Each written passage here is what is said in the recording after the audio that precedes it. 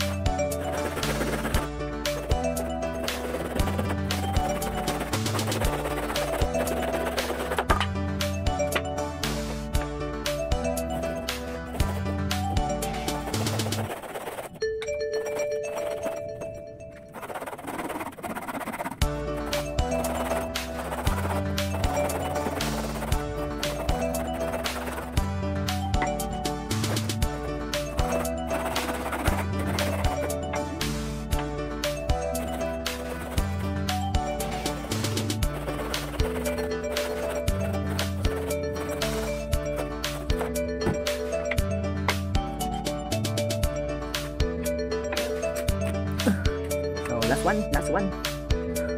Okay lang. Tapos ko nang ikat ng same yung haba. Okay. So, next naman is ikikiskisin or ililiha natin ito. Bago nga pala natin siya lihain, mag-apply tayo ng chemical. Pero nakalimutan ko na kasi ng pangalan na ito eh. Kasi sinalin ko siya dito dahil nasa lata to eh. Pag nasa lata na tutuyo, so nilipat ko siya sa garapon. Pero nakalimutan ko anong chemical to. Ilagay ko na lang sa comment section kung may magtanong, hahanapin ko. So, applyan muna natin para pag niliha, mas smooth siya. Kasi ganyan. Dami siyang butas-butas or magaspang siya.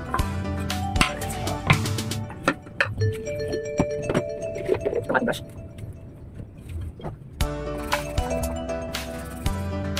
Yan. So, tuloy muna tago. Is iliha or isang ito.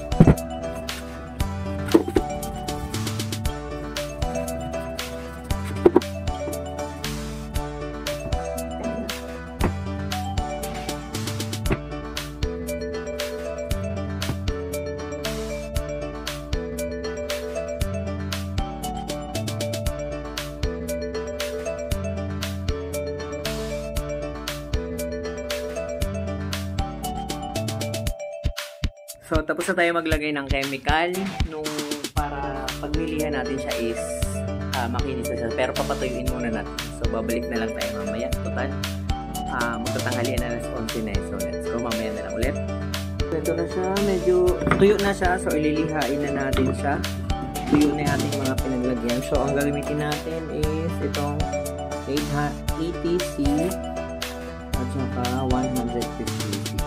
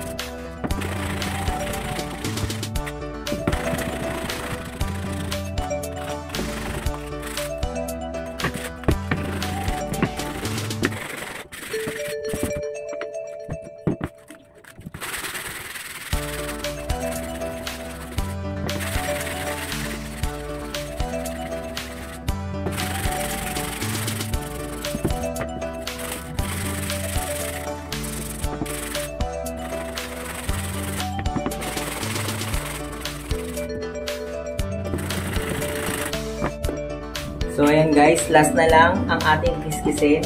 Tapos na tayo at lalagyan na natin siya ng barnis. So, kiskisin ko muna to.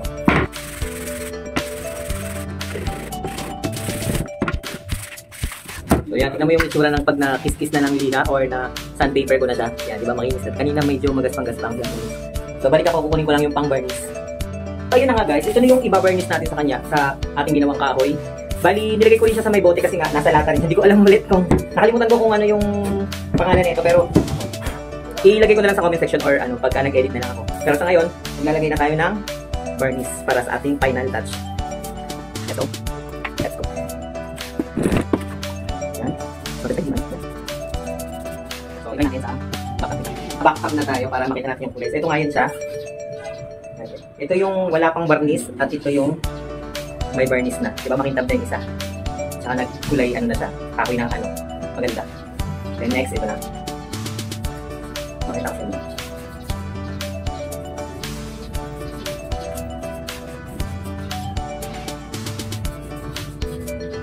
Dapat lahat talaga malalagyan.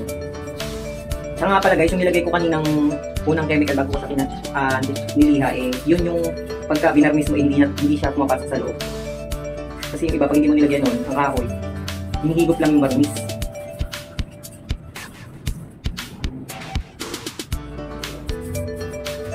So, ayan, no? Diba? Pero ita-timelapse ko muna kasi maubos ang ating memory card or ang ating phone memory. Kasi marami-rami ito. So, let's go. Timelapse muna ulit.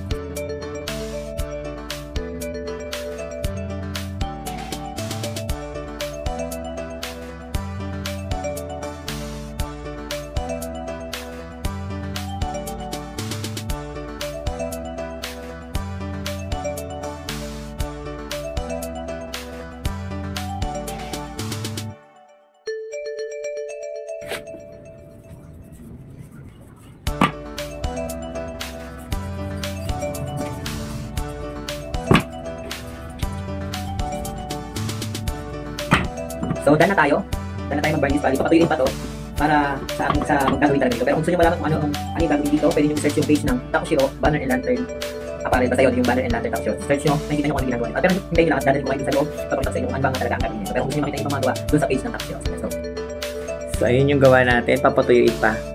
Ang gagawin talaga namin dyan ay binibenta talaga yan. So, ito sa mga nagawa. Yan.